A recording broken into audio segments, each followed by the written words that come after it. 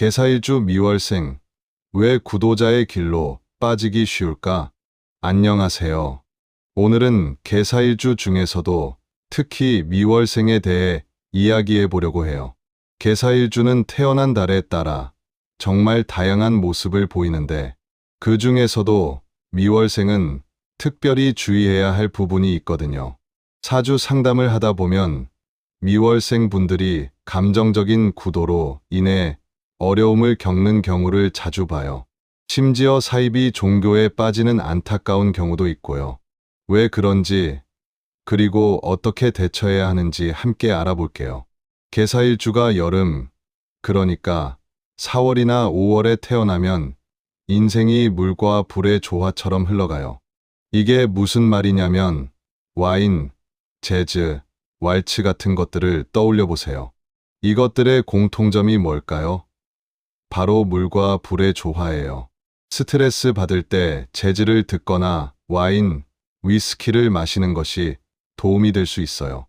이건 단순한 취향이 아니라 사주적으로 맞는 거예요. 개사일주는 불로 쇠를 극하고 써야 하는 명식이에요. 그래서 여름생은 와인, 재즈, 왈츠 같은 느낌의 직업과 연관될 수 있어요. 인테리어, 디자인 분야로 진출할 가능성이 높죠. 미월생의 가장 큰 특징이 뭐냐면 감정으로 인한 구도를 겪는다는 거예요. 이게 큰 틀에서 보면 모두 같은 길을 걷는 경향이 있어요. 한때의 욕망으로 인한 구도로 이어지며 이는 결국 같은 방향으로 흘러가요.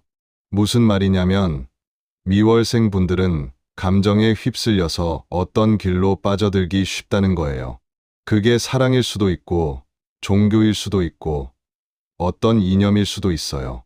미월생은 자신의 욕망으로 인해 사입이 종교에 빠질 가능성이 있어서 안타까운 경우가 많아요. 이게 정말 중요한 부분이에요.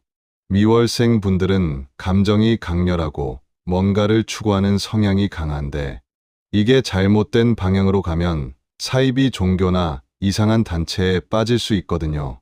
주변에 미월생분이 계시다면 특히 갑자기 어떤 종교나 단체에 심취하는 모습을 보인다면 주의 깊게 살펴봐야 해요. 남명 미월생은 철학성으로 발현될 확률이 매우 높아져요. 특히 낮 시간에 태어난 남명 미월생은 철학성으로 빠지는 빈도가 더욱 높아지죠. 이게 특이한 게 남명은 원래 주색으로 먼저 발현되는 경우가 많거든요. 그런데 미월생은 좀 달라요. 여기서 말하는 철학성은 남명치고 높아지는 거예요. 왜 그런지는 아직 명확히 밝혀지지 않았어요. 하지만 실제로 상담하다 보면 남명 미월생 분들이 철학적이고 사색적인 모습을 많이 보이더라고요. 가을생은 여름생과는 또 다른 특징을 보여요.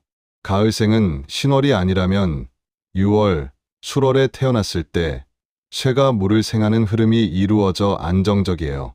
인성으로 식상을 쓸 수 있게 하면 매우 아름다운 형태가 되죠.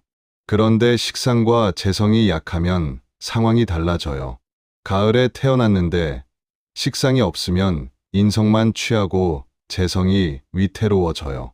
식상, 그러니까 나무가 예쁘게 자리 잡고 있으면 인성으로 식상을 생하고 재성을 생하지만 나무가 없으면 재성이 날아가 버려요. 물과 나무의 관계는 매우 중요해요. 양목이 가장 좋지만 음목이라도 있는 것이 없는 것보다 나아요. 식상과 재성이 약한 경우 인생의 경로가 여러 가지로 나뉠 수 있어요. 이런 경우 나무와 관련된 일, 취미, 거주지를 선택하는 것이 방법이 될 수 있어요. 불이 쇠를 극하는 원리를 활용해야 하는데 이 사주에서는 불이 꺼질 수 있으므로 물이 필요 없어요. 동업이나 친한 사람과의 일 도모를 피하고 외부 사람들을 주의해야 해요. 불 에너지를 강력하게 쓰도록 돕는 것도 방법이에요.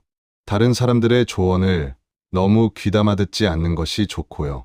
재밌는 건 식상과 재성이 약한 명식은 소방관이 많은 경향이 있어요.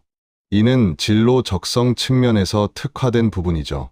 다양한 직업을 조사하고 탐색하는 것이 도움이 될 수 있어요. 겨울생은 평소에는 구도자로 가기 어려워요.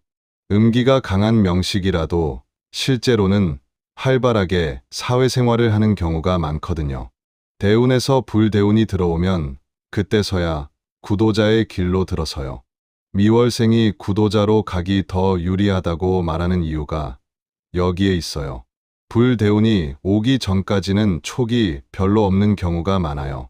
이는 물이 퍼져 있기 때문이에요. 신월생은 남녀에 따라 완전히 다른 양상을 보여요. 남명은 에너지 자체가 물이고 신월 안에 흙과 물이 있어서 젊었을 때는 술이나 주색에 빠질 수 있어요. 쇠와 불의 형살은 쇠가 물을 생하는 것이지만 남명 입장에서는 여자와의 하룻밤이나 무책임한 행동으로 발현될 수 있어요. 천간에 양목이 있어 여자에게 매력을 어필할 수 있다면 그러한 가능성이 더욱 높아지죠. 여명 신월생은 뜨거운 기운이 부담되어 인생이 롤러코스터처럼 흘러갈 수 있어요. 뜨거워서 부담되는데 물이 와서 쇠와 물이 합하면 음기가 확 몰아닥쳐 부담이 가중돼요. 주변에 흙까지 있다면 더욱 힘들고 잔인한 상황이 될 수 있어요. 계사일주 신월생은 조후적으로 너무 뜨겁고 쇠 에너지이기 때문에 다른 일주보다 등락이 클 수밖에 없어요. 일간에 따라 느낌이 달라지는데 양간인 불은 어려움 속에서도 전진하려 하지만 음간인 물은 불안해하고 현실적인 대안을 찾으려 해요. 특히 물일간과 쇠일간은 신월에 태어났을 때 변동의 폭과 심리적인 변동의 폭이 훨씬 커져요. 실제 상담 사례를 보면 물, 에너지가 많은 명식은 전에는 친구들과 잘 지내는 등 활발하게 살았어요. 불대운이 들어오면 비로소 음기를 느끼는 변화가 시작되죠. 특히 양화대운은 물과 불의 충이 겹쳐 큰 변화를 가져와요. 이 시기에는 이동이 불가피해요.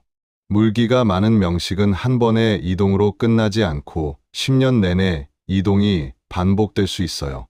계사일주 여명 명식에서 남편을 지키려면 불 기둥이 튼튼해야 하는데 일지 안에 불이 계속 공격당하면 남편을 지키기 어려워요. 겉으로는 보이지 않지만 흙, 물, 겁재 등이 있어서 외도 가능성이 높게 해석될 수 있어요. 상담가는 배우자의 외도 가능성을 직접적으로 말하기보다 부부간의 신뢰를 강조하고 불안해하지 않도록 이끌어야 해요. 내 남편이 바람을 피더라도 나는 끝까지 믿자. 그게 아름다운 모습이다와 같이 긍정적인 방향으로 유도하는 것이 건강한 상담 방식이에요. 50대, 60대 남성이나 여성들이 직장 후배나 다른 이성에게 마음이 끌리는 상담 사례가 많아요. 명리 지식이 깊어질수록 이러한 현상을 비난하기보다 인간 본연의 감정으로 이해하게 돼요. 백년 해로하는 부부들도 때때로는 어떤 남자, 어떤 여자를 보고 마음을 뺏길 때가 있는 게 맞는 거죠. 하지만 그것을 어떤 행위로 옮겼는가, 안 옮기는가는 또 다른 문제예요. 모든 사람이 외도하는 것은 아니지만 특정 날짜를 집어주어 남편의 평소와 다른 모습을 관찰하도록 조언할 수 있어요. 의심할 필요는 있지만 외도한다는 뜻은 아니며 만약 그런 징후가 없다면 끝까지 믿으라고 조언하는 거죠. 남녀가 처음과 같은 마음으로 평생 사랑하는 것은 불가능해요. 사랑의 모습이 바뀌어가는 것이 현실이죠. 뜨거운 남녀 관계에서 동지, 부모, 친구, 간병인 등으로 사랑의 형태가 변화하며 함께 살아가는 것이 가능해요. 결혼갱신제는 이러한 현실을 반영한 가장 현실적이고 위대한 발명품으로 볼 수 있어요.